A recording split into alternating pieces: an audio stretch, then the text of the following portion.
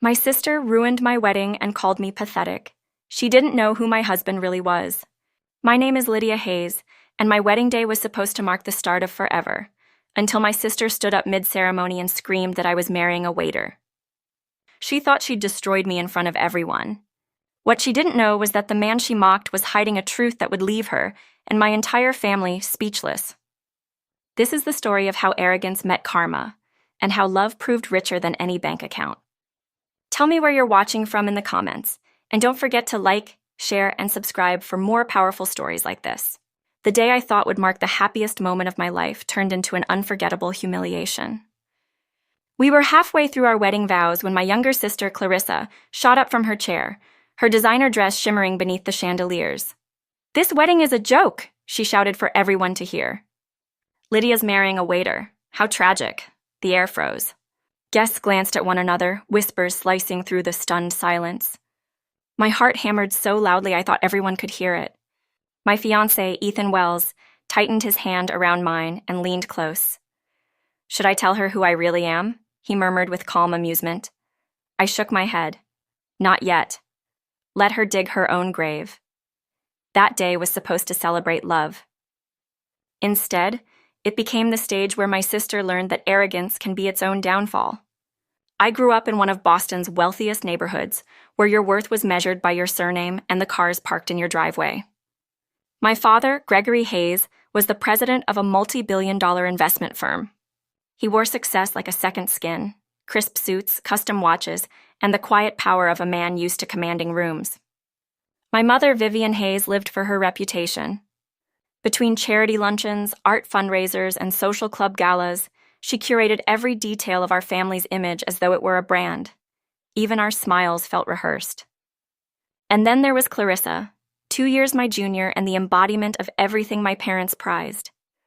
With honey blonde hair, ocean blue eyes, and the kind of effortless charm that drew people in, she could do no wrong in their eyes.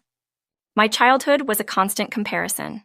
Clarissa's dance recitals, Clarissa's Ivy League acceptance, Clarissa's perfect posture. I was the sensible sister, the quiet one who blended into the background. When we were little, she'd beg me to braid her hair or sneak her extra cookies. But as we grew older, that innocent closeness twisted into rivalry. Clarissa started seeing life as a competition, one she had to win at all costs. She spoke in rankings, compared everyone's achievements, and laughed at those she deemed beneath her. "Why do you waste time with people who can't afford valet parking?" She once sneered when I invited my college friends over. "Dad says you should always network up, not down." I wasn't like her. I craved authenticity, the simple joy of teaching, reading, and helping others. While Clarissa studied finance at Yale, I pursued a degree in education. When I told my parents, my father nearly dropped his glass of scotch. "Teaching?" he'd said, incredulous. "Lydia, that's not a career, it's a hobby. Hayes women don't grade papers. We lead companies." He never forgave me for wasting my potential. My mother's disappointment was quieter, but sharper. "You could have had the world at your feet," she sighed. "Instead, you chose chalk dust and children." It didn't end there. They orchestrated endless dinner parties to pair me with appropriate men, lawyers, bankers, heirs to family empires. They were handsome but hollow, always bragging about stock portfolios and ski resorts in Aspen. I smiled politely while imagining being anywhere else. One evening stands out even now, my 16th birthday. I'd been dating Nathan, a sweet boy who worked part-time at the local bookstore. He gave me a first edition novel, neatly wrapped with a ribbon. Clarissa took one look and laughed loud enough for everyone to hear. "A book? How romantic. Maybe next year he can afford a bookmark." The laughter that followed stung more than I'll ever admit. Nathan never spoke to me again. That was the night I learned that Clarissa's cruelty didn't always come from hatred. It came from the certainty that she was untouchable. By 22, I'd had enough. I packed a few boxes, left my parents' mansion, and rented a modest apartment in Cambridge. My father's final words echoed as I closed the door. "You'll be back once you realize how expensive independence is." But I never returned. My apartment was tiny, creaky floors, mismatched furniture, but it was mine. I decorated it with secondhand finds and stacks of books. The air smelled like lavender candles and freedom. My students filled my days with laughter and chaos, their curiosity reminding me why I'd chosen this path. Family dinners, when I still attended, became unbearable performances. Clarissa, freshly graduated and working at Dad's firm, would brag about bonuses and vacations. "And how's kindergarten, Lydia?" she'd ask with a syrupy smile. "Finger painting going well?" I learned to laugh it off, but the wounds accumulated quietly. I thought I'd accepted my role as the family disappointment until one ordinary Friday night changed everything. After a grueling week of parent-teacher conferences, my colleagues convinced me to celebrate the end of term at Le Jardin, one of Boston's most exclusive restaurants. Normally, my budget wouldn't stretch that far, but exhaustion and peer pressure won. The restaurant was a glittering world of crystal chandeliers and velvet booths. I felt painfully out of place in my simple black dress among the sea of designer gowns. Then he appeared. "Good evening, ladies. I'm Ethan, and I'll be your server tonight." I looked up and met his eyes, warm brown with a spark of quiet humor. He wasn't conventionally handsome, but there was something magnetic about him. When he spoke, his voice carried confidence and kindness in equal measure. As he handed me the menu, our fingers brushed, sending a jolt through me. "First time here?" he asked. I nodded, my throat suddenly dry. "Any recommendations?" Rather than reciting the specials, Ethan described the dishes as if he'd crafted them himself, telling stories about where the saffron came from or how the chef balanced flavors. When he suggested the duck confit for someone who appreciates subtlety, his gaze lingered on me just long enough to make my pulse quicken. My coworkers exchanged teasing glances, and I felt my cheeks warm. After that night, I found excuses to return. Birthdays, friend meetups, even solo dinners when I needed quiet. And every time, I asked for Ethan. Our conversations grew longer, slipping easily from food to books, art, and eventually, life. He'd ask about my students, remembering details I'd barely mentioned. "How did your fifth graders do on that science project?" he'd ask with genuine interest. Over time, admiration turned to something deeper. When he finally asked me to coffee, his voice uncharacteristically hesitant, I said yes before he finished the question. Our first date wasn't at a fancy restaurant. Instead, he took me to a small art gallery converted from an old warehouse. "I thought you'd like this," he said softly. "Proceeds go to school art programs." I was amazed by how much he knew, not just about paintings, but about people. He noticed everything, the nervous excitement of the young artists, the way light played off the canvases. When we talked about education funding, his insights revealed a grasp of economics far beyond what I expected from a restaurant server. "How do you know so much?" I asked, intrigued. He smiled, tucking his hands into his pockets. "I pay attention. The world teaches you plenty if you listen." That night, I realized I was falling for him. He was intelligent without arrogance, ambitious without greed. And for the first time in years, I felt truly seen. Weeks blurred into months. Ethan and I spent weekends exploring hidden corners of Boston, eating street food by the harbor, and dancing in my tiny kitchen to old jazz records. He made ordinary moments feel extraordinary, but he was also mysterious. Sometimes his phone rang, and he'd step outside to take calls, returning with an unreadable look. He never talked about his family, only mentioning he was from Chicago. He avoided inviting me to his apartment, joking about terrible roommates. Maybe another woman would have doubted him. I didn't. The sincerity in his eyes erased every suspicion. "I love that you teach," he told me one evening by the Charles River. "You remind me that success isn't about money, it's about meaning." Those words became my anchor. For the first time in my life, someone valued me not for my last name, but for my heart. Little did I know, the man I thought I understood carried secrets that would one day rewrite everything I believed about love, family, and revenge. 6 months into our relationship, Ethan and I had settled into a rhythm that felt like exhaling after years of holding my breath. Weekends were a carousel of farmers markets, secondhand bookstores, and late-night ramen spots where steam fogged the windows and city lights smeared into watercolor outside. The only shadow across our happiness was the fact that he hadn't met my family. I'd been stalling, pretending that schedules were complicated, that school events got in the way, but really I was terrified. They judged people like it was a sport, and Ethan, no matter how extraordinary, fit none of their criteria.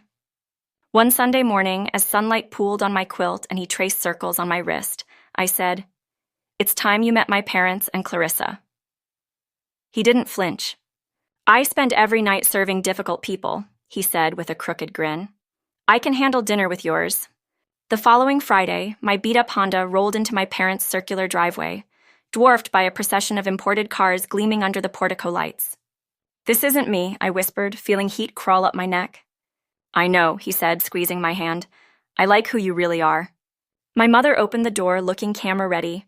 Pearls, blowout, a smile that calculated value in one glance. "Lydia, darling," she purred, air kissing the space near my cheek. "And you must be Ethan. We've heard very little." The dining room was a museum of inherited taste. Antique sideboard, crystal chandelier, china with gold leaf rims. My father stood at the head of the table, scotch in hand, radiating the stern expectancy that had cowed boardrooms. Clarissa lounged a few seats down, scrolling her phone like she owned the patent on boredom. We took our places. "So, Ethan," my father said, voice smooth as polished marble. "Lydia tells us you work at Le Jardin. What is your role there?" "I'm a server," Ethan said, setting his napkin on his lap with unhurried grace. "Have been for a few years." Cutlery paused in midair. My mother blinked. Clarissa's mouth tilted.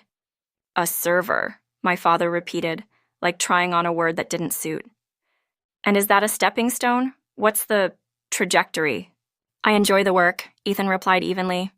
"I learn a lot about people, logistics, experience design. Hospitality is its own education." What followed wasn't a conversation. It was an audit. My father asked where Ethan went to school. Some business courses, no completed degree. What his 5-year plan was. Keep building skills, take opportunities as they come. What his family did. Business, middle-class Chicago. Every answer tightened the atmosphere another notch. Clarissa finally looked up during dessert, sugar-sweet and venom-tipped. "I think it's wonderful," she said. "Lydia finally met someone at her level. Not everyone is meant for the executive suite." "Clarissa," I warned, but Ethan beat me to it. "Ambition isn't one shape," he said calmly. "Some people acquire things, others build people. Lydia shapes futures every day. That's a higher bar than money." My father cleared his throat. We had hoped Lydia would eventually reconsider her vocation with the right influence. Ethan's jaw flexed once. "She doesn't need influence. She needs respect." After 2 hours of brittle courtesy, the night ended with my mother pulling me aside in the hallway while Ethan fetched our coats. "Be realistic," she murmured. "What sort of future is there with someone who carries plates? Your father can introduce you to Elliot Crane's son. He just made partner." My father joined, voice low and firm. "You're a Hayes. You could do far better." Clarissa drifted over, smile bright and cruel. "Look on the bright side, Lyd. We'll get discounts at Le Jardin." Something inside me snapped. "He's kinder and more principled than anyone in that room," I said, shaking. "He has more class than all of this polished furniture combined." I left with Ethan before tears betrayed me, sobbing into his jacket in the dark of my car. He held me without flinching. "They're afraid," he said softly. "People who worship status can't imagine a life beyond it. It's a prison made of mirrors." I pulled back, stunned by his steadiness. "You're not angry?"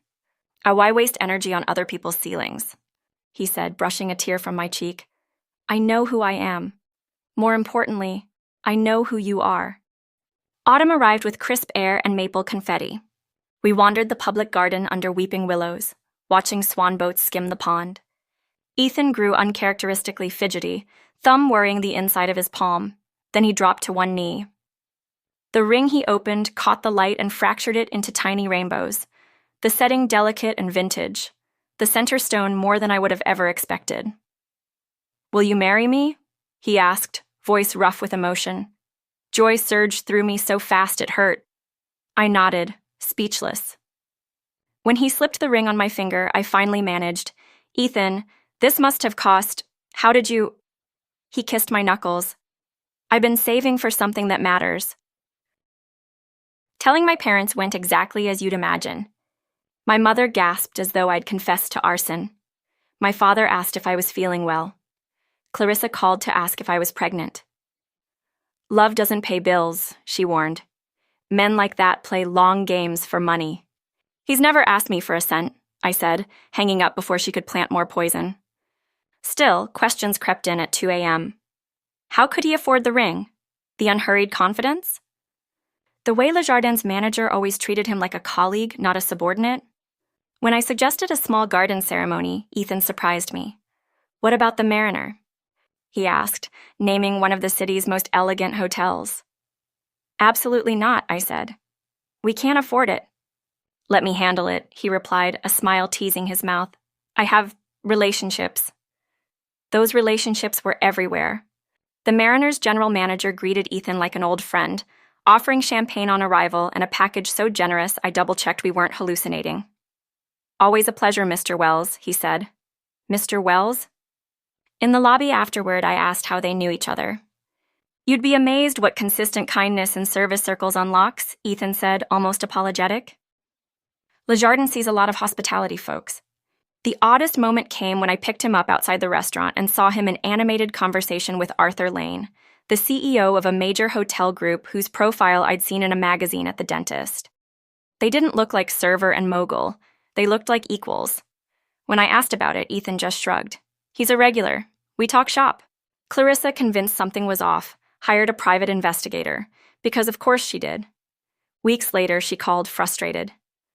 Nothing, she admitted. No skeletons, clean as a showroom. It's like someone curated his life to be unimpeachable. Or maybe he's simply a decent man, I said, thrilling and terrified that she'd found nothing. Wedding week arrived on a sky-blue morning. In my suite at the Mariner, hairpins glinted like dew in a forest of white orchids. My best friend and maid of honor, Maya, confiscated my phone every time I checked it for a message that never came. Today is yours, she said, not theirs. My dress was exactly what I'd always wanted, an A-line whisper of lace, light catching in tiny stitches, no royal train, no theater. Me, but radiant. When the planner reviewed the final guest count, I frowned. 230, she said. No, I answered. We invited barely 100. She angled her tablet toward me. Names glittered across the list, executives I recognized, philanthropists I'd heard of, a jazz musician Ethan idolized, even a columnist who wrote about luxury travel. They're here for Ethan, the planner said, as if it explained everything. My father peeked in moments later, already rattled. I just shook hands with James Wellington, he whispered, naming a banking titan he'd been trying to court for months. He said he's thrilled for Ethan. I had no language for any of this. It felt like discovering a secret ballroom behind a familiar door. Then the music began. My father walked me down an aisle carved in flowers, the room a hush of candlelight and breath. Ethan stood at the altar with that steady smile I'd come to trust, eyes softening the moment they found me. The officiant welcomed everyone, vows unfolded like silk. Ethan spoke first, a handful of lines that made my throat thicken. When it was my turn, when every face tilted toward me, waiting for the words I'd spent a lifetime learning to own, Clarissa's chair scraped the floor like a blade. She rose, lips carved into a bright, punishing smile. This wedding is a joke, she announced, each word flung like confetti made of glass. She's marrying a waiter.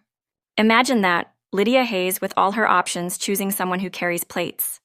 A wave of gasps shivered through the room. My mother closed her eyes. My father looked paralyzed. I stood there, knuckles whitening around my bouquet, shame and fury brawling in my chest. Ethan leaned almost imperceptibly toward me, voice a thread only I could hear. Should I tell her? He asked, almost amused. I shook my head, tears burning. Not yet. Let her make her scene. Clarissa gathered her clutch with a flourish and swept down the aisle, the doors sighing shut behind her. For a beat, the room held its breath. The officiant cleared his throat gently. Shall we continue? I nodded, heart pounding. And we did, word by word, ring by ring, like nothing had shattered, even as I felt the tremor under my feet, the promise that the ground was about to split open and reveal the truth waiting beneath.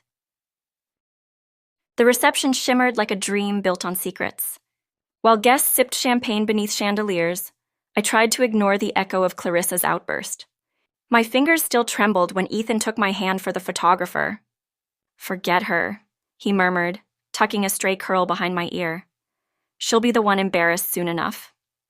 I frowned, but before I could ask what he meant, the planner ushered us inside. The ballroom had transformed. Tablecloths of ivory satin, crystal candelabras dripping light, a live quartet playing soft jazz. I half expected someone to tap my shoulder and say there'd been a mistake, that this couldn't possibly be our wedding. Yet every detail bore Ethan's touch. Guests rose to their feet as we entered. The applause felt warm, but there was something else beneath it. Curiosity, a hum of awareness I didn't understand. I caught sight of Clarissa, back at the edge of the room, her expression tight. My parents looked rigid beside executives and public figures whose faces I recognized from glossy magazines. Dinner was an elegant blur. I tried to focus on the food, but people kept approaching Ethan, men in bespoke suits, women in evening gowns, each one greeting him with a respect that bordered on reverence. "So glad to see you again," they'd say. "Wonderful initiative at the conference last quarter." Conference? My father's gaze darted between them, confusion tightening his jaw. When the final plate was cleared, Ethan rose and tapped his glass gently. The sound cut through the chatter, drawing every eye. He smiled at me first, a soft, reassuring smile, then turned to the crowd. "Thank you all for being here," he began, his voice carrying the easy authority of someone used to commanding rooms. "And thank you to Lydia's family, who joined us despite their understandable reservations."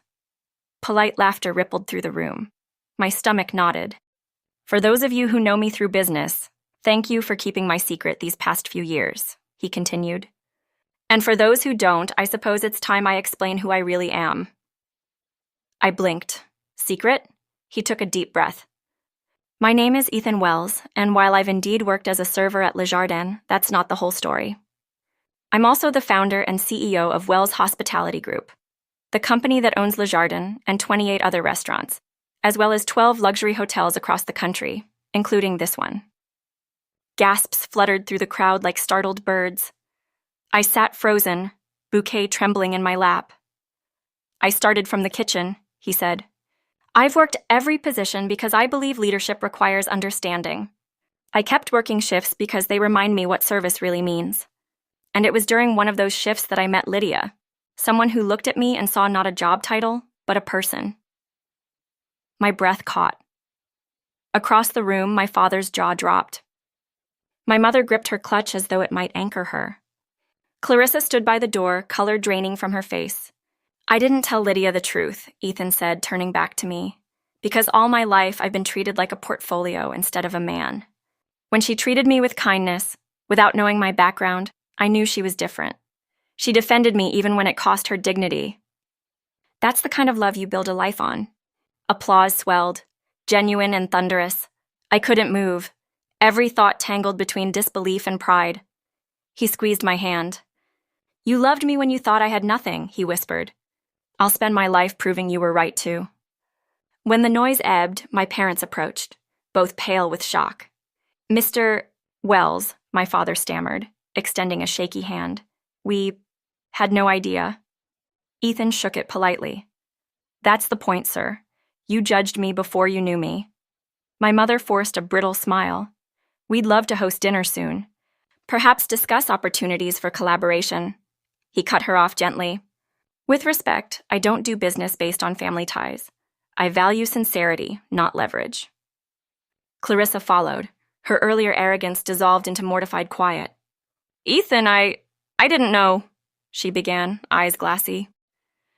"You did know," he said softly. "You knew enough to decide my worth.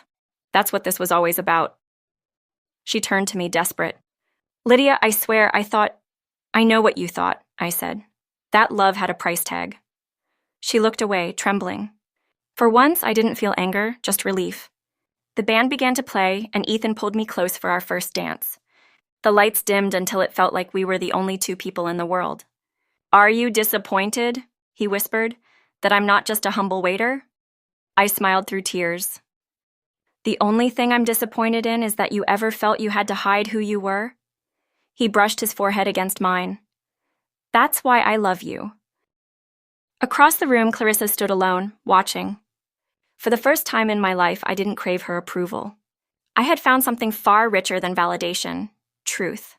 Married life unfolded like a quiet miracle. Ethan and I moved into a glass-walled penthouse overlooking the harbor, sunlight spilling across polished floors each morning. Despite his wealth, nothing about him changed. He still rose early, brewed coffee himself, and answered emails from hotel staff directly. "You don't have to keep working," he told me once, as I sat grading essays at the dining table. "I do," I said.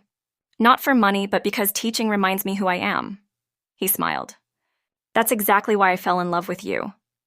My parents, predictably, changed their tune. Suddenly, I was the daughter who always had good instincts. Invitations poured in. Charity galas, luncheons, talk of business collaborations. I kept a polite distance. Ethan declined every offer of partnership.